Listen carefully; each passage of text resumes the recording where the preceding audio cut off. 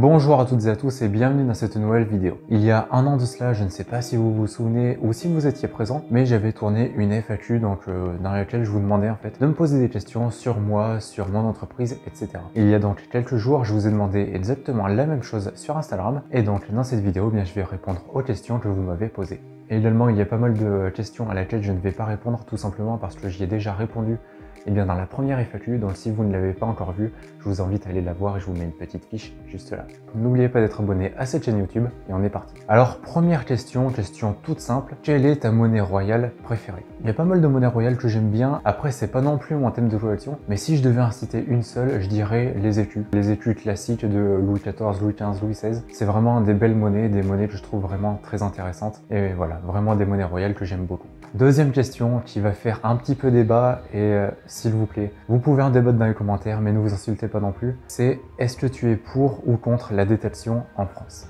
Alors c'est une question qu'on m'a déjà pas mal de fois posée en fait, et alors oui, je suis pour en fait tout simplement, je précise juste que je ne fais pas de détention, donc oui je suis pour, juste il faudrait en fait, je pense, après je suis totalement extérieur à ça parce que je ne fais pas de détention, donc mon avis n'est pas forcément très objectif, mais je pense qu'il faudrait aménager ça plus sur le style des lois en Angleterre par exemple, où un petit peu les détectoristes travaillent main dans la main avec les archéologues, enfin du moins c'est l'impression qu'on a, et je pense que tout irait beaucoup mieux, parce que les personnes qui font de la détection sont souvent vues comme des pilleurs, alors que c'est pas forcément le cas, évidemment ça arrive, il y en a, mais ça reste vraiment une minorité, donc voilà, je pense vraiment que la détection est une bonne chose, parce que ça peut permettre de trouver par exemple des vestiges, etc.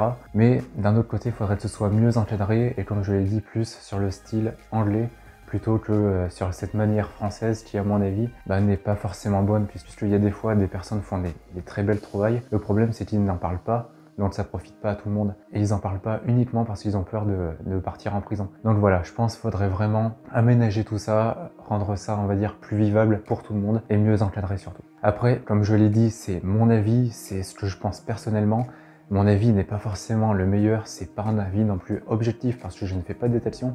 Donc voilà, vous le prenez ou pas, vous faites comme vous voulez, ça reste mon avis, vous pouvez avoir le vôtre d'ailleurs, comme je l'ai dit, n'hésitez pas à le dire dans les commentaires, voilà, débattez si vous le souhaitez, mais que tout ça reste calme et évidemment dans la bonne entente. Troisième question, alors là qui a été posée en italien, donc par une personne qui vit en Italie. Alors je vais juste la lire en italien, je vais pas non plus répondre comme ça, par contre ma réponse sera sous-titrée en italien pour la personne qui a posé cette question. Donc c'est, quelle est la differenza tra un oreo et un solido? Oui. J'ai la question juste ici évidemment parce que je m'en souvenais pas. Donc en gros, pour ceux qui n'ont pas compris, ça veut dire quelle est la différence entre un aureus et un solidus. Tout simplement, l'aureus en fait c'est la monnaie en or qui a servi, on va dire, pour le Haut Empire. Si vraiment je globalise, le Haut Empire, on va dire que c'est de la naissance de l'Empire en -27 jusqu'à environ 250-300 après Jésus-Christ. Et le solidus, c'est la monnaie en or qui a plus servi pour le Bas Empire, donc qui a servi d'environ 250-300 jusqu'à la fin de l'Empire romain. Après évidemment, l'aureus est un petit peu plus lourd que le solidus. L'aureus, si je dis pas de bêtises, alors j'ai plus les chiffres en tête, mais fait aux alentours des 7 grammes il me semble, tandis que le solidus fera aux alentours des 4 grammes 50. C'est ça les principales différences entre l'aureus et le solidus.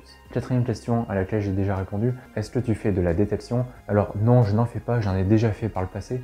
Ça fait à peu près peut-être bien dans les 3 ans que j'en fais plus. Voilà, j'ai arrêté principalement par manque de temps, un petit peu par manque d'envie également. Donc voilà, la réponse est non, je ne fais plus de détection. Cinquième question, donc depuis quand as-tu cette passion des monnaies? J'ai cette passion depuis environ l'âge de 9 ans à peu près, donc voilà, ça fait bien environ 10 ans que je suis dedans. Je suis tombé dedans assez jeune, faut dire, et voilà, donc depuis l'âge de 9 ans à peu près. Sixième question, il me semble, combien de temps passes-tu à t'occuper de tes vidéos, de ton site, etc. Alors déjà, c'est une question très intéressante. Alors j'ai pas d'emploi du temps exact en fait, parce que je travaille comme j'en ai envie, donc je dirais que je bosse environ entre 50 et 60 heures par semaine. Voilà, je pense que c'est suffisant sans non plus être excessif. En gros, on va dire qu'il y a 20 à 25 heures qui sont destinées à YouTube, donc pour tourner les vidéos, pour monter les vidéos, etc. C'est surtout le montage qui prend le plus de temps. Après, pareil, je pense 20 à 25 heures pour gérer mon site, donc envoyer les commandes, préparer les commandes, tout ce qui est mettre les monnaies en ligne, etc. Et après, je pense encore 5-10 heures, ça dépend des semaines, dans lesquelles ça va plus être la partie où je gère l'entreprise, donc tout ce qui est comptabilité, tout ce qui est par exemple rendez-vous à la banque, c'est tout bête, mais voilà, ça prend du temps également. Voilà, tout ce qui est vous répondre sur Instagram, vous répondre par mail, etc. Donc voilà, si je devais résumer, je pense entre 50 et 60 heures par semaine. Alors, septième question, combien de pièces as-tu dans ta collection? Alors j'ai plusieurs collections entre guillemets. J'ai la collection donc des monnaies romaines. J'ai environ dans cette collection, pareil j'ai pas le chiffre exact, mais je dirais un petit peu moins de 200 monnaies. Après dites-vous que ce ne sont pas non plus des monnaies exceptionnelles, hein. Donc voilà, je dirais environ 200. À côté de ça, j'avais commencé une collection de Napoléon III, donc des monnaies de Napoléon III. Je dois en avoir environ, je dirais une soixantaine.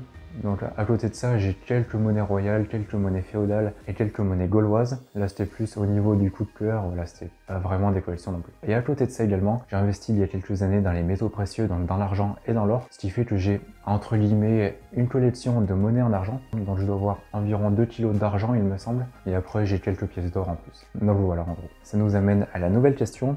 Est-ce que vous arrivez à collectionner des pièces malgré que vous en vendez? Alors c'est une très bonne question et honnêtement non.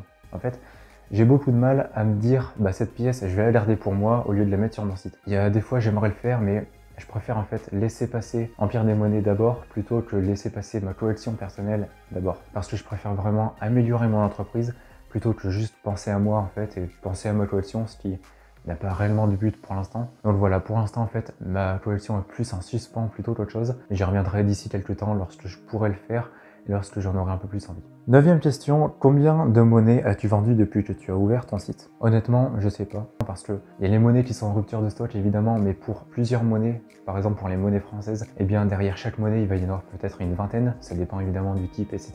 Donc je dirais que j'ai dû en vendre entre 650 et 700 depuis le début du site. Nouvelle question, quelles sont tes 3 pièces préférées, toutes catégories? Alors la première, évidemment, catégorie de monnaie que je préfère, ce sont les auréis ou aureus, donc les monnaies romaines en or. Ça, c'est vraiment une des catégories de monnaie que je préfère. En deuxième catégorie, je dirais qu'il y a les deniers romains. Et en troisième catégorie, une nouvelle fois, ce sont des monnaies romaines. Je dirais que ce sont les sesterces. Que des monnaies romaines, désolé, mais en même temps, c'est ce que je préfère le plus. Nouvelle question, est-ce que tu arrives à vivre de ton activité? Alors oui, je pourrais en fait en vivre, je pourrais me payer tous les mois, etc.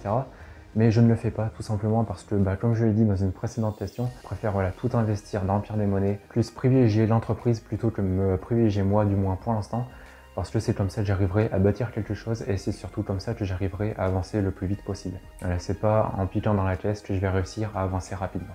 Nouvelle question, depuis combien de temps es-tu numismate? Je suis numismate officiellement, entre guillemets, depuis le moment où j'ai quitté mes études, donc le 1er septembre 2020, donc ça fait bien que quelques mois. Et à côté de ça, bon, mon entreprise a déjà un peu plus d'1 an et demi, donc voilà. Et la suite de la question, c'est comment as-tu appris?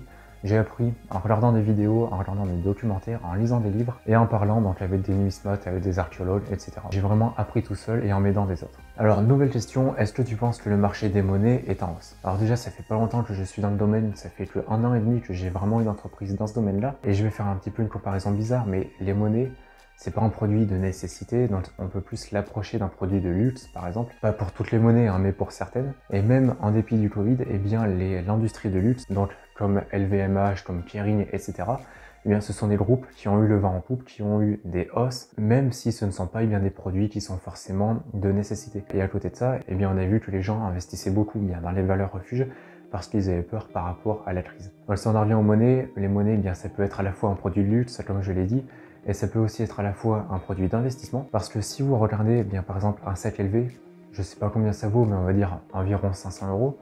Si jamais vous le revendez 1 an après et que vous l'avez utilisé pendant 1 an, vous allez peut-être le revendre 200, 300 €, je ne sais pas honnêtement. Mais petit à petit, un sac LV, ça va perdre de l'argent sur le long terme. Tandis qu'une monnaie, ça va en gagner, donc ça peut être attribué à un produit d'investissement et à un produit de luxe. Donc à mon avis, oui, je pense que le marché est en hausse, et de toute manière, eh bien, il a toutes les raisons de l'être. Après, je peux évidemment me tromper, ma comparaison n'est pas forcément la bonne, mais voilà, ça reste mon avis. Alors, nouvelle question, est-ce que tu fais tout indépendamment ou est-ce que tu travailles avec des particuliers, etc. Oui, je fais vraiment tout indépendamment. En fait, du montage de cette vidéo, c'est moi qui le fais. La mise en ligne des monnaies, c'est moi qui le fais. La recherche de monnaies, c'est moi qui le fais. Voilà, je fais vraiment tout de A à Z. Je suis vraiment le seul à travailler dans cette entreprise. Il n'y a pas d'autres intervenants ou il n'y a pas entre guillemets de partenariat. Voilà pour toutes vos questions. Je n'ai pas pu répondre à toutes les questions parce que il y en avait déjà pas mal et surtout il y en a pas mal à laquelle j'ai déjà répondu comme je l'ai dit en début de vidéo. N'oubliez pas d'aller regarder la première FAQ si vous ne l'avez pas encore vue. Sinon, comme d'habitude, eh bien vous retrouverez dans la description le lien vers mon site internet empiredesmonnaies.fr. Donc vous retrouverez la boutique sur laquelle il y a plusieurs centaines de monnaies à vendre, donc des monnaies romaines, des royales, des féodales, des grecques, des gauloises, etc. Donc si ça vous intéresse, n'hésitez pas à aller y faire un tour. Sinon, comme d'habitude, n'oubliez pas de lâcher un pouce bleu, ça me soutient énormément et c'est vraiment très important, vous le savez, pour le référencement de la vidéo, donc vraiment, n'oubliez pas de le faire. N'oubliez pas évidemment de vous abonner à cette chaîne YouTube, 70% des gens qui regardent cette vidéo ne sont pas abonnés, donc s'il vous plaît, faites-le. Et aussi, eh bien, activez la cloche des notifications, comme ça vous serez au courant dès qu'une nouvelle vidéo sort. Voilà, si vous êtes encore là, eh bien déjà, merci beaucoup, et puis marquez le mot numismatique dans les commentaires, comme ça au moins je saurai qui reste jusqu'à la fin des vidéos. D'ici là, je vous souhaite une bonne journée ou une bonne soirée, prenez soin de vous et de vos proches, et puis on se voit dans une prochaine vidéo. Allez, salut!